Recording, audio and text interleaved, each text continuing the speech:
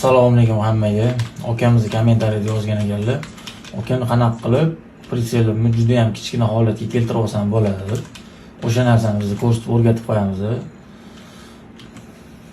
Birinchi o'chirda biz dinamik shayr bir qilib olamiz.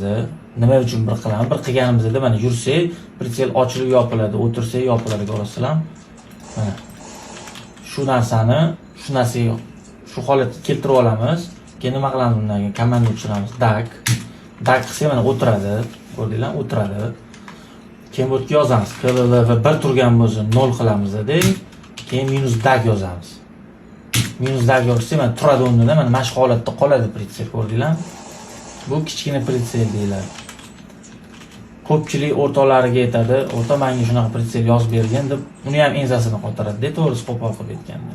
Bundan ko'ra videoni o'zingiz uchun saqlanib qilib, shuni bilmaydigan og'aynilarga jo'natib qo'ysanglar, o'zi uchun nabudishim kerak bo'lib qoladi. Bu video faqat qilayotgan videolarim faqat Case Browser'ni endi boshlagan shu narsalarni bilmaydigan insonlar uchun bo'ladi.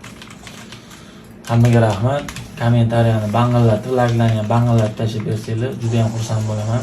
Bundan keyin juda ham bundan zo'r videolar chiqishi boshlaydi, xudo xolasa. Sekin-sekin biz harakat qilaveramiz. Sizlar like, podpiskani bosib o'rasizlar, biz bu yerda harakat qilaveramiz.